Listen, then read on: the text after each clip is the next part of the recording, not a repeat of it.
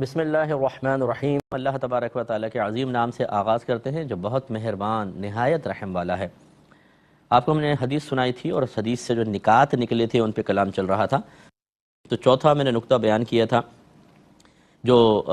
فتح الباری وغیرہ میں بیان ہوا، میرے اپنے پاس سے نہیں ہے، یہ بزرگوں نے بیان فرمایا کہ وہ شخص گناہ کرنے کے بعد اس پر نادم ہوا اور اس کو اس پر عذاب کا خوف دامنگیر ہوا، اس لیے اس نے کہا کہ میں جل گیا، یعنی دوزخ کے عذاب میں گویا کہ جل گیا، یا کہا کہ میں ہلاک ہو گیا۔ اس پر میں آپ کو سمجھا رہا تھا کہ بعض اوقات جب لوگ ہماری عزت کرتے ہیں، تعظیم کرتے ہیں، ہاتھ چومتے ہیں، اور اللہ تبارک و تعالیٰ اپنے بے پایاں فضل سے ہماری خطاؤں کے باوجود ہمارا پردہ رکھتا ہے، ہماری بزرگی کو قائم رکھتا ہے، تو بعض اوقات ہم دھوکے اور غرور میں مبتلا ہو جاتے ہیں۔ غرور تکبر کو نہیں کہتے، غرور مانے دھوکہ میں مبتلا ہونا، دھوکے میں مبتلا ہو جاتے ہیں۔ نفس و شیطان کہتا ہے یار تھوڑا بہت تو چلتا ہے، تم یہ بھی تو کرتے ہو، یہ بھی تو نیک عمل کرتے ہو، اگر دیکھو تم یہ گناہ کر کے اللہ کی یا رسول کی بارگاہ میں نامقبول ہو چکے ہوتے، اللہ اور رسول ناراض ہوتے، تمہیں یہ عزت ملتی؟ تمہیں کتنی اللہ تعالیٰ روز بروز عزت دے رہا ہے۔ تو اچھی طرح یاد رکھیں یہ شیطان کا بہت بڑا دھوکہ ہے۔ اگر وہ اعرابی نبی کریم صلی اللہ علیہ وسلم کے پاس نہ آتے تو کیا ان کو پوری قوم پکڑ کے مارتی؟ ان کو پورے گاؤں والے گاؤں سے نکال دیتے؟ نہیں، وہ تو ان کا ایک پرسنل مسئلہ تھا نا۔ اصل یہ ہوتا ہے جب انسان سے گناہ ہوتا ہے، خطا ہوتی ہے، تو جو صحیح واقعی اللہ کی بارگاہ میں مقبول ہے، جس میں واقعی بزرگی کے آثار ہیں، جو واقعی تقوی اور پرہیزگاری سے حقیقتاً متصف ہے، نہ کہ ریاکارانہ طور پہ اپنے آپ کو متقی کہتا یا کہلواتا ہے، تو وہ شخص ضرور نادم شرمندہ ہوگا اور فوراً اس کے تدارک کے لیے کوشش کرے گا۔ اب مرید ہو تو پیر کے پاس آ جاتا ہے، لیکن پیر سے ہی گناہ ہو جائے تو کیا کرے گا؟ پھر اس کو فوراً چاہیے وہ بارگاہ رسالت میں رجوع کرے۔ وَلَوْ أَنَّهُمْ إِذْ ظَلَمُوا أَنفُسَهُمْ جَاءُوكَ فَاسْتَغْفِرُوا اللَّهَ وَاسْتَغْفَرَ لَهُمُ الرَّسُولُ لَوَجَدُوا اللَّهَ تَوَّابًا رَحِيمًا۔ اے حبیب ان سے فرمائیے اگر یہ لوگ اپنی جانوں پر ظلم کر بیٹھیں تو آپ کی بارگاہ میں حاضر ہوں، پھر یہ رسول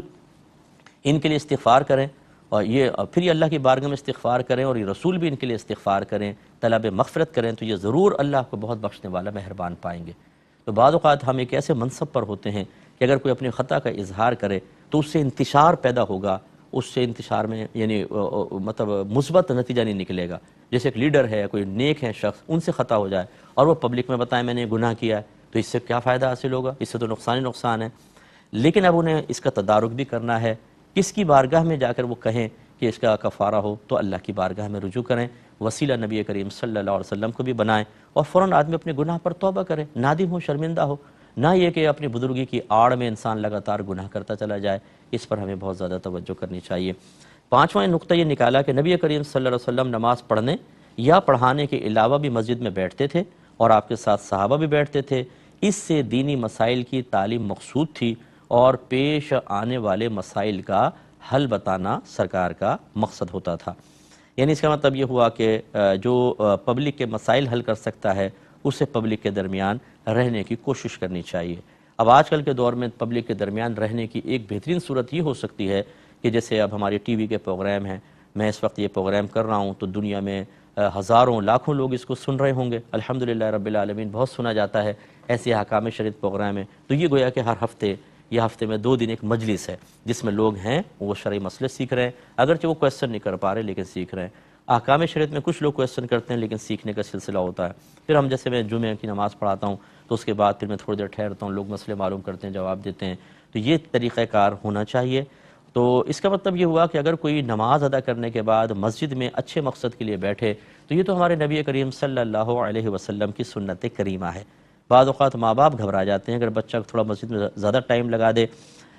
تو وہ کہتے ہیں کہ بھئی تم مسجد میں بیٹھے رہتے ہو، گھر میں فوراً واپس آیا کرو نماز پڑھ کے۔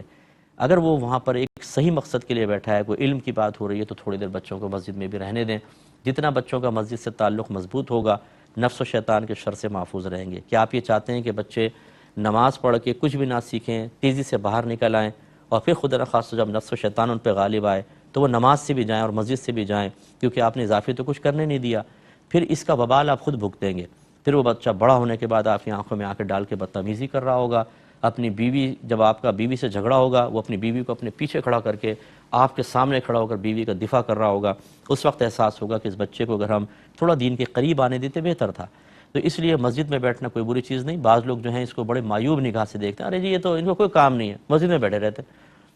ہاں اگر کوئی بہت زیادہ بیٹھتا ہے اپنی ذمہ داریاں پوری نہیں کر رہا، تو اس کا بھی مذہب اجازت نہیں دیتا کہ آپ تسبیح لے کے 24 گھنٹے مسجد میں بیٹھے رہیں،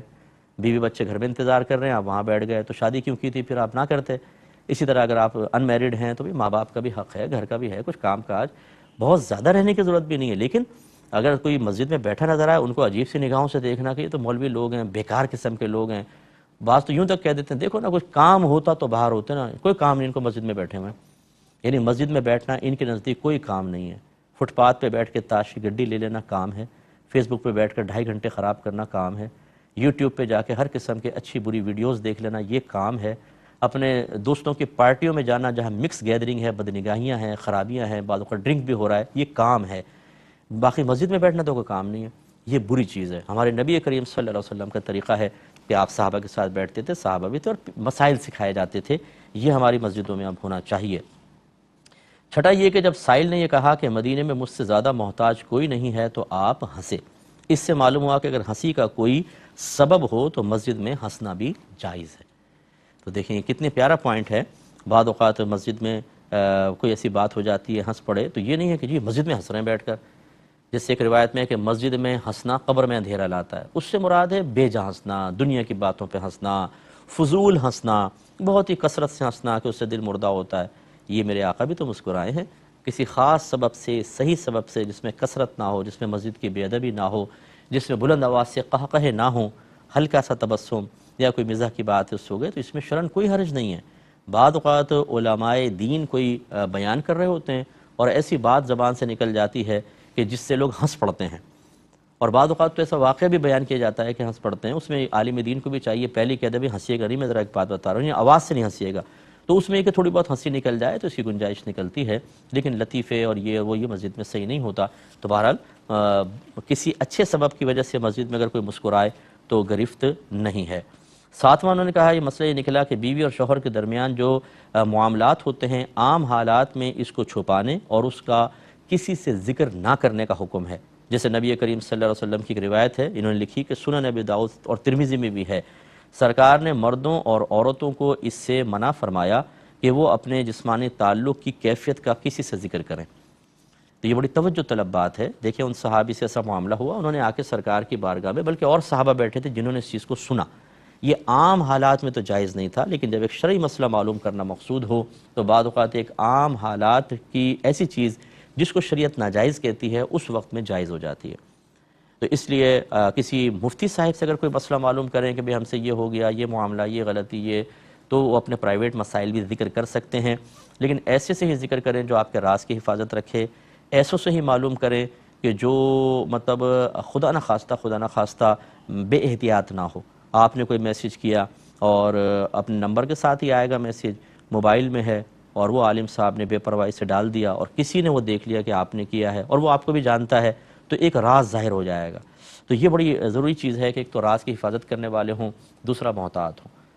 تو میں مطلب تحدیث نعمت کے طور پر عرض کر رہا ہوں، اگر لوگ ہم سے کوئی مسئلے معلوم کرتے ہیں، پہلی بات یہ کہ شوہر ادھر سے معلوم کر رہا ہے، زوجہ ادھر سے، ان دونوں کو نہیں پتہ کہ ہم دونوں ادھر سے معلوم کر رہے ہیں، لیکن ہم یہ احساس ہی نہیں انہیں دیتے کہ آپ کے شوہر نے بھی مسئلہ پوچھا ہے یا آپ کے زوجہ نے مسئلہ پوچھا ہے، ان کو ان کے طریقے سے سمجھائیں گے، ان کے طریقے سے۔ اس کے علاوہ جو بھی ایسی میل آتی ہے یا ایسا واٹس ایپ میسیج آتا ہے کہ جس میں کچھ اس قسم کی باتیں کسی نے لکھی ہوں اور حالانکہ وہ نمبر کے ساتھ ہوتی ہیں، فوراً پڑھنے کے بعد جواب دے کے ہم ڈیلیٹ کر دیتے ہیں، اس کو ختم کر دیتے ہیں کہ کسی کی خدا نخواستہ اس پہ نظر نہ پڑے،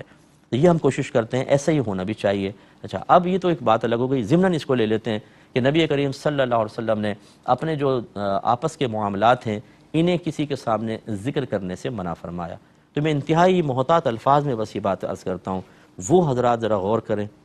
کہ جو اس قسم کے مسائل اپنے دوستوں کے درمیان بیٹھ کر ڈسکس کرتے ہیں، اور وہ خواتین بھی غور کریں جو اس قسم کے مسائل اپنی سہیلیوں سے شیئر کرتی ہیں، یہ بالکل شرعاً جائز نہیں ہے، آپ گناہگار ہوں گی۔ اگر ایسا کیا ہے تو اللہ تعالیٰ کی بارگاہ میں توبہ کر لیں۔ آپ کی سہیلی ایک الگ چیز ہے، کوئی آپ کے بڑے کلوز فرینڈ ہونا ایک الگ چیز ہے، لیکن یہ چیزیں آپ کے نبی نے منع فرمایا کسی سے شیئر نہ کریں، اور یہ حدیث ذہن میں رکھیے گا، یہ بہت میں آپ کو امپورٹنٹ بات بتا رہا ہوں۔ رحمت کونین صلی اللہ علیہ وسلم نے ارشاد فرمایا کسی کو بہت زیادہ دوست نہ بناؤ، ہو سکتا ہے کل وہ تمہارا دشمن ہو جائے، اور کسی سے بہت زیادہ دشمنی نہ کرو، ہو سکتا ہے کل وہ تمہارا دوست ہو جائے۔ تو بعض اوقات ہم بہت ہی کلوز کسی کو کر کے اپنے کچھ ایسے مسائل بتا دیتے ہیں کہ جس کے بعد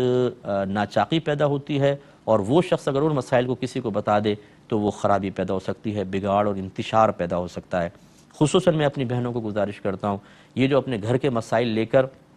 اور جعلی قسم کے عاملین کے پاس پہنچ کر پھر یہ جملہ کہتی ہیں کہ دیکھیں بابا جی گھر والوں سے چھپ کر آئی ہوں، کسی کو پتہ نہ چلے، آپ کو بتا رہی ہوں۔ اوہو، یہ تو آپ نے اپنے ویک پوائنٹ اس کے ہاتھ میں دے دیا نا۔ میں کسی معاذ اللہ کسی عامل پر کوئی تہمت نہیں لگا رہا، نہ میں اس کے بارے میں کوئی بدگمانی پیدا کر رہا ہوں، اور نہ میں کسی شخص واحد کو اپنے ذہن میں رکھ رہا ہوں، لیکن میرے پاس اس قسم کے مسائل بھی آئے ہیں کہ اگر کوئی خاتون ایسی پہنچتی ہیں تو ایک ٹیپ ریکارڈر ہوتا ہے نیچے جس کو آن کر دیا جاتا ہے، وہ اپنے سارے مسئلے بیان کرتی ہے، وہ ریکارڈ ہو جاتے ہیں۔ اب یہ جو چونکہ عورت نے پہلے کہہ دیا جی میری ساس کو پتہ نہ چلے، میرے شوہر کو پتہ نہ چلے، میرا دیکھیں جی گھر خراب ہو جائے گا میرا، کہتا ہے بیٹا فکر مت کرو، گھر اب خراب نہیں ہوگا، اب تو بہت بنے گا، اور وہ ریکارڈنگ ہے۔ اب بعد میں بلیک میل کرتے ہیں، کہتے ہیں سنوا دوں تمہارے شوہر کو، تمہاری ساس کو، نہیں نہیں بابا جی یہ کیا ہو گیا، یہ کیا لاؤ اتنے پیسے لاؤ، یہ کرو وہ کرو۔ یہ ہماری عورتیں جو ہیں، ہماری خواتین، ہماری بہنیں جو ہیں، وہ اس قسم کے جعلی عاملوں کی جیبیں بھرنے کے لیے خود تیار ہوتی ہیں۔ تو اس لیے بڑے محتاط رہیں، احتیاط سے رہیں، اللہ تعالی ہم سب کی عزت کی حفاظت فرمائے، ایسا نہیں ہونا چاہیے۔ اگلا یہ مسئلہ بیان کرتے ہیں، اسی طرح اگر کسی انسان سے کوئی گناہ سرزد ہو جائے تو شریعت اس کو چھپانے کا حکم دیتی ہے، حتیٰ کہ اگر حاکم کسی شخص سے پوچھے کہ تم نے فلاں سے زنا کیا ہے تو اس کے لیے جائز ہے کہ وہ کوئی ذو معنی جملہ بول کر کہے کہ میں نے یہ کام نہیں کیا، کیونکہ زنا کا اظہار بھی بے حیائی ہے۔ تو مطلب کہنے کا یہ ہے کہ ایک تو ہے کہ خود آدمی اپنے آپ کو سزا کے لیے پیش کرے، جو مجھ سے زنا ہو گیا، وہ ایک الگ چیز ہے، لیکن اگر اللہ نے پردہ رکھا ہے اور کوئی آپ سے پوچھتا ہے کہ ایسا ہوا ہے تو ذو معنی بات کہہ کر اپنے آپ کو بچا سکتا ہے آدمی۔ ہاں اگر کسی مفتی صاحب سے مسئلہ معلوم کرنا ہو، جیسے انہوں نے کیا تھا کہ میرے آقا صلی اللہ علیہ وسلم فتویٰ دیا کرتے تھے، مسئلہ بتاتے تھے، ان کے سامنے اظہار کر سکتے ہیں۔ اس کا مطلب یہ ہوا ضمناً ایک بات اور پتہ چلی کہ اپنی خطاؤں اور گناہوں کو بغیر ضرورت کسی کے سامنے بیان نہیں کریں گے، بلکہ بیان کرنا گناہ ہے۔ اور اسی طرح یہ رد المختار کے حوالے سے جو بھی میں نے آپ کو کہا کہ اگر حاکم بھی پوچھے تم سے زنا ہوا ہے تو ذو معنی بات کر دیں کہ نہیں مجھ سے تو ایسا کوئی کام نہیں ہوا، ایسا کوئی کام نہیں ہوا، میں کوئی بھی آپ تصور کر کے یعنی اظہار نہ کرے، اپنے آپ کو چھپا لے۔ اللہ نے پردہ رکھا ہے، اللہ تعالیٰ بروز قیامت معاف فرمائے گا، استغفار کرے، نادم و شرمندہ ہوں، لیکن اپنے گناہ کا اظہار بغیر ضرورت نہ کریں۔ اس سے وہ ذرا ہمارے نوجوان لڑکے لڑکیاں ذرا غور و تفکر کریں۔ اسی طرح اور بھی مطلب مسلمان بھائی بہن کسی بھی عمر کے ہوں، وہ ہم نے تو 20 سال میں یہ کر دیا تھا، 21ویں سال میں یہ کر دیا تھا، فلاں وقت ایسا کر دیا تھا، فلاں وقت اپنے گناہ بیان کرتے ہیں۔ ایسی جب شادی ہوتی ہے تو بعض اوقات کئی ایسے میرے پاس کیسز آئے، شوہر کہتا ہے چلو تم بیان کرو کالج لائف میں کیا کیا ہوا تھا، پھر میں بھی بتاتا ہوں۔ اب وہ دونوں اپنے اپنے کچھ ایسے راز ظاہر کر رہے ہیں، اس میں بعض اوقات دلوں میں کینے بیٹھ جاتے ہیں، شوہر کا موڈ خراب ہو جاتا ہے اگر لڑکی نے کوئی ایسی بات کر دی۔ تو ایک بات تو یہ گناہ کا اظہار کرنا گناہ، اور دوسرا یہ نہیں سمجھتے کہ بھائی ابھی یہ پیار محبت میں باتیں ہو رہی ہیں، لیکن کل یہ دل میں اگر بیٹھ گئیں تو کتنی بدگمانیاں پیدا کریں گی اور کیا اثرات مرتب ہوں گے۔ ایسی بعض بچیاں ہم سے کویسچن کرتی ہیں جن کو خوف ہوتا ہے اور شرم حیا غالب آ جاتی ہے۔ کبھی ایسا ہوتا ہے کہ کم عمری میں کوئی خطا، کوئی گناہ ہو گیا تو وہ پوچھتی ہیں کہ مجھ صاحب مجھے بڑی گلٹی فیل ہوتی ہے کہ اب شادی ہے، ہو گئی ہے، شوہر بڑا پیار کرنے والا ہے، محبت کرنے والا ہے، لیکن مجھ سے وہ گناہ ہوا، تو اب میں سوچتی ہوں کہ میں اپنے شوہر کو بتا دوں کہ ایسا ایسا ہوا تھا۔ وہ سمجھتی ہیں شاید بتانے کے بعد دل ہلکا ہو جائے گا، لیکن یہ نہیں سوچتی اللہ نے آپ کا پردہ رکھا ہے تو رہنے دیں۔ دوسرا یہ کہ اگر آپ شوہر کو بتائیں گی تو کیا شوہر بڑی فراغ دلی کے ساتھ اس چیز کو قبول کر لے گا؟ ہر ایک ایسا نہیں ہوتا، مرد مرد ہوتا ہے، خود بڑی خطا کر دے کوئی بات نہیں، لیکن اگر عورت کی طرف سے ایک بھی خطا ہو تو بعد اوقات اس کی غیرت گوارا نہیں کرتی کہ ایسا کیوں ہوا، تو کتنے گھر ٹوٹتے ہوئے دیکھیں۔ اس لیے خبردار، آپ سے اگر کوئی خطا گناہ ہوا ہے اللہ کی بارگاہ میں توبہ کریں، نادم ہوں، شرمندہ ہوں، لیکن شیئر نہ کریں حتی الامکان جہاں خاص طور پہ فتنے کا خوف ہو، اور اللہ کی بارگاہ میں توبہ کریں۔ اور اگر کوئی بہن یہ سمجھتی ہیں، بعض اوقات ایسا ہوتا ہے کہ شادی ہونے کے بعد بھی کوئی گناہ خطا ہو گیا، شوہر کی امانت میں خیانت کی مرتکبہ ہو گئیں اور نادم شرمندہ ہیں، اللہ کی بارگاہ میں توبہ کریں، اور اب شوہر کی اتنی خدمت کریں کہ آپ یہ سمجھیں کہ اب میرا اس جو امانت میں نے شوہر کی امانت میں خیانت کی تھی اس کا کفارہ ہو گیا۔ اتنی خدمت کریں، اتنا خیال رکھیں، اتنا جذبات احساسات کا،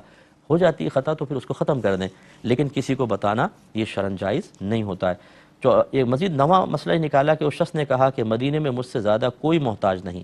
اس سے معلوم ہوا کہ کسی سخی شخص کے سامنے اپنی تنگی اور فقر کو بیان کرنا جائز ہے، اور جس حال کو اس کے بتائے بغیر کوئی اس پر مطلع نہیں ہو سکتا اس کا بیان کرنا اور اس کے بیان کو قبول کرنا یہ بھی جائز ہے۔ تو دیکھیں انہوں نے تنگ دستی اور فقر کا اظہار کیا۔ ویسے اگر ہم لوگوں کے سامنے کہ یار بڑی تنگ دستی ہے، پریشانی ہے، مناسب نہیں ہے اپنے ان حالات کو چھپائیں۔ اللہ ہمارے حالات کو جانتا ہو، جو لوگوں کے سامنے تنگ دستی کا رونا روتا ہے اللہ تعالیٰ اس کی محتاجی ہی بڑھاتا ہے، اور جو اپنے رازوں کو چھپا کر اپنے اللہ سے رجوع کرتا ہے اللہ تعالیٰ غیب سے اس کے لیے حل نکالتا ہے۔ لیکن جب معاملہ کسی صحیح مصلحت اور ضرورت کے تحت آ جائے تو پھر آدمی کر بھی سکتا ہے، ٹھیک ہے نا، پھر بیان بھی کر سکتا ہے۔ جیسے بہت سی بچیاں ہوتی ہیں، ان کی شادی بیاہ ہوتے ہیں تو بیچاری وہ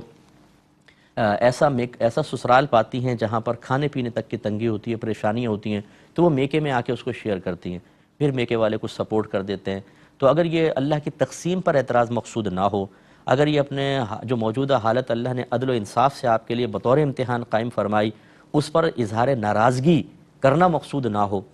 صرف یہ کہ تھوڑا سا ہمدردی کا اظہار ہوگا تو ہمت جمع ہوگی اور حالات سے مقابلہ کر سکوں گی، یا مالی سپورٹ مجھے ملے گی، تو پھر صحیح ہے، ٹھیک ہے نا۔ ویسے حد الامکانہ میں چھپانے کی کوشش جاری رکھنی چاہیے۔ اور 10واں کہتے ہیں کہ نبی کریم صلی اللہ علیہ وسلم نے اس شخص کو کفارہ ادا کرنے کے لیے کھجوروں کا بڑا تھیلا عطا کیا۔ اس سے معلوم ہوا کہ آپ کے پاس جو بھی مال آتا تھا آپ اس کو اپنے پاس نہیں رکھتے تھے اور ضرورت مندوں کو عطا کر دیا کرتے تھے، اور یہ کہ عبادت میں تعاون کرنا چاہیے، کیونکہ کفارہ ادا کرنا بھی عبادت ہے، اور کسی مسلمان کی مصیبت کو دور کرنے کے لیے اس کے ساتھ تعاون کرنا بھی ایک عبادت ہے۔ اس پر انشاءاللہ ہم نیکسٹ پروگرام میں کلام کر لیں گے مختصر سا۔ وآخر دعوانا ان الحمدللہ رب العالمین۔